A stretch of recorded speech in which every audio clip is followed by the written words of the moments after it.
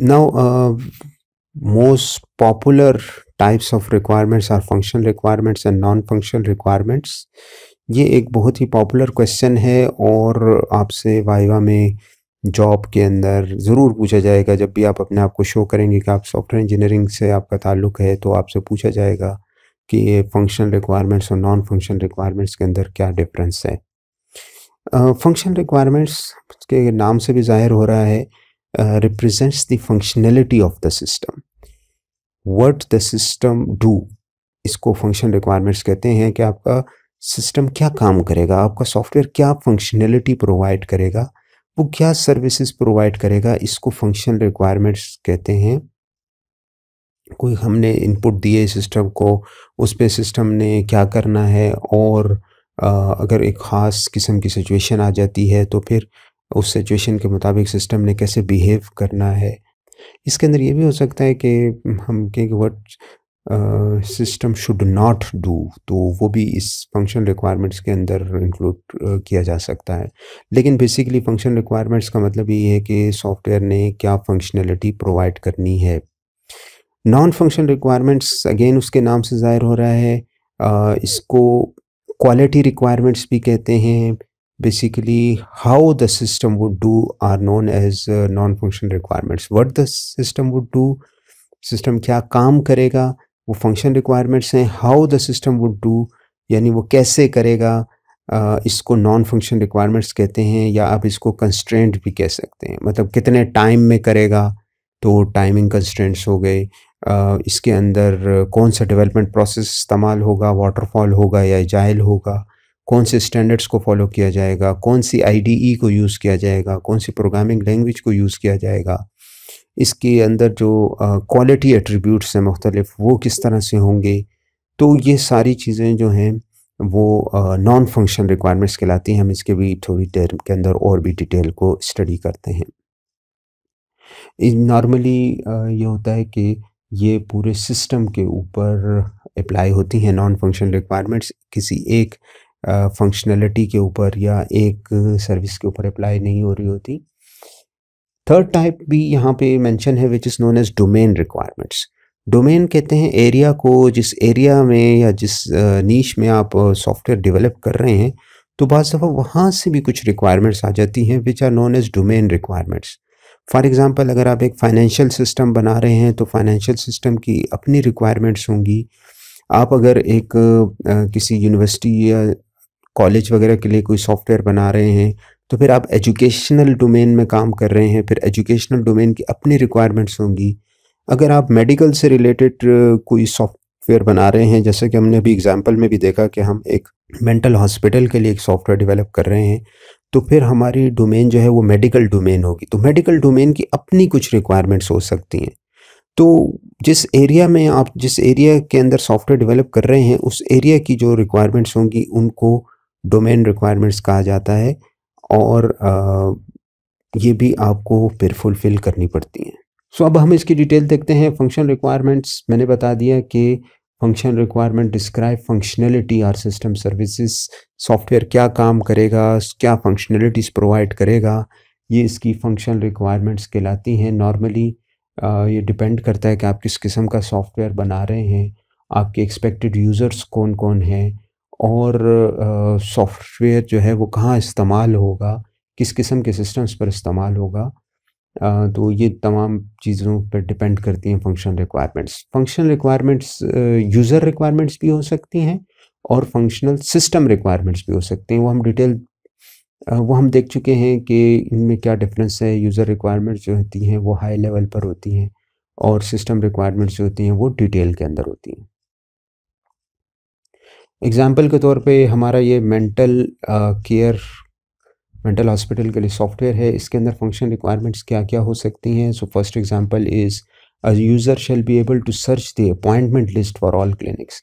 मैंने बताया कि हॉस्पिटल में 12-15 क्लिनिक्स हैं, तो उसके अंदर अपॉइंटमेंट लिस्ट को सर्च कर सके यूज़र जाके देख सके कि भाई कौन से पेशेंट्स की आज अपॉइंटमेंट है डॉक्टर्स के साथ। इसी तरह the system shall generate a list of patient expected to attend appointments that day. ख़ास दिन के ऊपर रिपोर्ट भी जनरेट कर सके सिस्टम कि आज कौन से पेशेंट्स ने आना है हॉस्पिटल के अंदर। इसी तरह एक और रिक्वायरमेंट ये हो सकती है कि सिर्फ वही जो स्टाफ मेंबर है रिपोर्ट्स को एक्सेस करेगा, सिस्टम को एक्सेस करेगा, जिसके पास एम्प्लॉय आईडी होगी 8 डिजिट की, तो वो ही सिर्फ इस सिस्टम को एक्सेस कर सकेगा। यहाँ पे रिक्वायरमेंट्स की एग्जांपल्स तो हमने देखी हैं, लेकिन बाज़ दफ़ा रिक्वायरमेंट्स अगर सही तरीके से ना लिखी जाएँ तो उससे हमारे पास प्रॉब्लम्स आ सकते हैं। बाज़ दफ़ा रिक्वायरमेंट्स जो होती हैं वो एम्बिगुअस होती हैं, वो क्लियर नहीं होती और इनको मुख्तलिफ़ तरीक़ों से ट्रांसलेट किया जा सकता है। मिसाल के तौर पर अगर हम पिछली स्लाइड पे देखें तो यहाँ पे लिखा हुआ है कि a user shall be able to search. अब ये सर्च का वर्ड जो है ये एम्बिगुअस है। यहाँ पे लिखा हुआ है कि search the appointment list for all clinics. अब इसके 2 मतलब निकल सकते हैं। इसका एक मतलब तो ये निकल सकता है, जो यूज़र जो मतलब लेगा इससे, वो ये देगा कि किसी पेशेंट का नाम एंटर किया और जितने भी क्लिनिक्स हैं 12-15, तो उनमें से वहाँ पे उस यूज़र का नाम सर्च हो और पता चल जाए कि जी ये फ़लाँ यूज़र जो है इसकी से क्लिनिक नंबर 7 में आज फ़लाँ डॉक्टर के साथ अपॉइंटमेंट है। जबकि डेवलपर इससे ये मतलब भी ले सकता है कि नहीं, पहले जो है वो क्लिनिक का यूज़र जो है क्लिनिक का नंबर एंटर करेगा कि भई क्लिनिक नंबर 7 में कौन-कौन से यूज़र आ रहे हैं और फिर उसके बाद उसके अंदर सर्चिंग होगी। तो दोनों मतलब निकल सकते हैं कि ओवरऑल सर्च जो यूज़र मतलब ले रहा है, या क्लिनिक के अंदर जाकर क्लिनिक को सेलेक्ट करके उसके बाद सर्च। तो दोनों मतलब पॉसिबल हैं, इसलिए इसमें एम्बिग्विटी आ गई है। क्लियर बात नहीं है कि यूज़र कुछ और समझ रहा है कि भई थ्रू आउट ओवरऑल सर्च होगी और डेवलपर उससे हो सकता है मतलब ले लेके नहीं, क्लिनिक यूज़र सेलेक्ट करेगा उसके बाद सर्चिंग होगी। तो रिक्वायरमेंट्स के अंदर 2 ख़ुसूसियात होनी चाहिए। Number 1, it should be complete and number 2, requirement should be consistent. Complete का मतलब ये है कि उसके अंदर तमाम जितनी भी फैसिलिटीज़ रिक्वायर्ड हैं उन तमाम की डिस्क्रिप्शन लिखी हुई होनी चाहिए, हर बात मुकम्मल तौर पर स्पेसिफ़ाई होनी चाहिए। जबकि कंसिस्टेंट का मतलब ये है कि रिक्वायरमेंट्स के अंदर आपस में कोई कॉन्फ्लिक्ट नहीं होना चाहिए, कोई कंट्राडिक्शन नहीं होनी चाहिए। अच्छा, बाज़ दफ़ा ऐसा भी होता है कि हम एक रिक्वायरमेंट को तो बहुत डिटेल में स्पेसिफ़ाई कर देते हैं, उस पे आपने 2-3 पेजेस लिख दिए और दूसरी रिक्वायरमेंट जो है वो आपने बिल्कुल थोड़ी-सी 1-2 लाइन्स के अंदर उसको स्पेसिफ़ाई किया। तो हाँ, ये भी एक तरह से इनकंसिस्टेंसी आ जाती है। हमने तमाम रिक्वायरमेंट्स को कंप्लीट भी करना है, यानी कि वो हर एस्पेक्ट को कवर करे और कंसिस्टेंट भी रहना है। हमने तमाम रिक्वायरमेंट्स एक ही तरीके के मुताबिक डिफ़ाइन करनी है। ये थोड़ा-सा मुश्किल काम है। रियलिटी में हमारी कोशिश तो होती है कि रिक्वायरमेंट्स कंप्लीट एंड कंसिस्टेंट रहें, लेकिन इस तरह से एक रिक्वायरमेंट डॉक्यूमेंट लिखना जो जिसमें रिक्वायरमेंट्स कंप्लीट भी हों और कंसिस्टेंट भी हों, थोड़ा मुश्किल काम है। नॉन फंक्शनल रिक्वायरमेंट्स की हम बात करें तो non functional requirements are system properties are constraints. मैंने बताया कि इसको क्वालिटी रिक्वायरमेंट्स भी कहा जाता है। सिस्टम की प्रॉपर्टीज़ और उनके ऊपर सिस्टम के ऊपर जो कंस्ट्रेंट्स होंगे ये तमाम नॉन फंक्शनल रिक्वायरमेंट्स में आ जाती हैं। फॉर एग्ज़ाम्पल स्टोरेज के कंस्ट्रेंट्स हो सकते हैं, स्टोरेज की रिस्ट्रिक्शन हो सकती है कि सॉफ्टवेयर ने इतनी स्पेस के अंदर ही स्टोर होना है, या उसके अंदर रिस्पॉन्स टाइम यानी कि सॉफ्टवेयर ने 5 सेकंड के अंदर खामखा रिस्पॉन्स करना है, या रिलायबिलिटी के सॉफ्टवेयर जो है बिल्कुल से हम उसके ऊपर रिलाई कर सकें। तो ये एग्ज़ाम्पल्स हैं नॉन फंक्शनल रिक्वायरमेंट्स की। दूसरे कंस्ट्रेंट्स भी हो सकते हैं कि आपने आईओ डिवाइस की कैपेबिलिटी है, माउस नहीं लगा हुआ सपोज़, या कीबोर्ड या मॉनिटर नहीं है, वहाँ पे प्रिंटर लगा हुआ है, तो सॉफ्टवेयर ने उस हिसाब से काम करना है, या सिस्टम की हमने रिप्रेजेंटेशन किसी ख़ास अंदाज में करनी है। ये तमाम चीज़ें जो हैं ये नॉन फंक्शनल के अंदर आती हैं, मतलब इसका डायरेक्ट ताल्लुक फंक्शनैलिटी के साथ नहीं है, लेकिन ये इंतहाई इम्पॉर्टेंट हैं। और भी कंस्ट्रेंट्स हो सकते हैं, जैसे आपने ख़ास आईडीई को ही यूज़ करना है, आपने पाइथन के अंदर ही डेवलपमेंट करनी है, जावा में नहीं करनी, जुपिटर नोटबुक को ही यूज़ करना है और एजाइल मेथड को ही इस्तेमाल करना है। नॉर्मली क्लाइंट को इन सब टेक्निकल बातों का पता नहीं होता, तो क्लाइंट की तरफ से ये रिक्वायरमेंट नहीं आ सकती। ये आपकी जो ऑर्गेनाइजेशन है जिसमें सॉफ्टवेयर इंजीनियर काम कर रहा होता है, ये उसकी तरफ से रिक्वायरमेंट आ सकती हैं फॉर सम रीज़न। लेकिन क्लाइंट की तरफ से इस किस्म की रिक्वायरमेंट नहीं आ सकती। एनी हाउ, ये तमाम रिस्ट्रिक्शंस और सिस्टम की प्रॉपर्टीज़ जो हैं, ये नॉन फंक्शनल रिक्वायरमेंट्स कहलाती हैं। और मज़े की बात ये है कि non functional requirements are more important या more critical than functional requirements, क्योंकि फंक्शनल रिक्वायरमेंट्स अगर फुलफ़िल हो रही हैं और नॉन फंक्शनल रिक्वायरमेंट्स नहीं फुलफ़िल हो रही, तो सिस्टम जो है वो बेकार होगा। इसकी हम एक एग्ज़ाम्पल ले लेते हैं। फॉर एग्ज़ाम्पल, आपके पास एक एटीएम मशीन है। एटीएम मशीन के अगर हम यही 2 टाइप्स ऑफ रिक्वायरमेंट्स को कंसीडर करें, तो पहले अगर हम उसकी फंक्शनल रिक्वायरमेंट्स देख लेते हैं कि एटीएम मशीन की फंक्शनल रिक्वायरमेंट क्या है। तो एटीएम मशीन का काम क्या है? एटीएम मशीन का काम ये है कि जब आप उसके अंदर कार्ड इंसर्ट करते हैं, तो वो उस कार्ड को चेक करके और आपके अकाउंट को चेक करके आप मनी को डिस्पेंस करना, ये एटीएम मशीन की फंक्शनैलिटी है। अगर वो ये काम सही तरीके से कर रहा है, मीन्स उसकी फंक्शन रिक्वायरमेंट्स फुलफ़िल हो रही हैं। व्हाट अबाउट कि एटीएम मशीन आपको 5 मिनट के बाद जो है वो मनी डिस्पेंस करके दे रहा है। इसका मतलब ये हुआ कि काम तो कर रही है मशीन, फंक्शनैलिटी तो है उसमें, लेकिन क्या आप इस मशीन पे दोबारा जाना चाहेंगे? बल्कि आप खुद क्या जाएँगे, आप तो अपने दोस्तों को भी सबको मना करेंगे कि इस मशीन पे मत जाओ न जाना, क्योंकि इसके अंदर काफ़ी देर के बाद पैसे निकलते हैं। पैसे तो निकल रहे हैं, लेकिन उसके अंदर जो टाइम है, रिस्पॉन्स टाइम उसका बहुत ज़्यादा है। या सपोज़ आपने 5,000 एंटर किए हैं, 3,000 निकल रहे हैं, एक्यूरेसी नहीं है। या आप जाते हैं वहाँ पे, वो मशीन हर वक़्त ख़राब होती है, अवेलेबिलिटी नहीं है। या आप जो है उसके साथ आप एक एक्स्ट्रा फ़ीचर चाह रहे हैं कि आपको एक प्रिंट आउट भी मिले, वो नहीं मिल रहा। तो ये non functional requirements are very important, और इसकी वजह से फंक्शनैलिटी ठीक होने के बावजूद अक्सर जो है नॉन फंक्शनल रिक्वायरमेंट्स की वजह से सिस्टम बेकार हो जाता है और यूज़र उसको पसंद नहीं करता।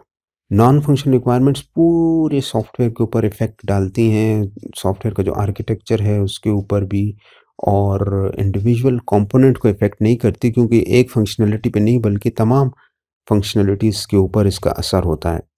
तो आप ये कर सकते हैं कि अगर आप फॉर एग्ज़ाम्पल परफ़ॉर्मेंस को इंक्रीज़ करना चाह रहे हैं सॉफ्टवेयर की, तो फिर उसके लिए आप ये कर सकते हैं कि तमाम कंपोनेंट्स के दरमियान कम्युनिकेशन कम से कम होनी चाहिए। कंपोनेंट, एक कंपोनेंट दूसरे कंपोनेंट को डेटा भिजवाएगा, उसमें टाइम लगेगा, फिर उसका वेट करेगा, फिर वहाँ से रिस्पॉन्स आएगा।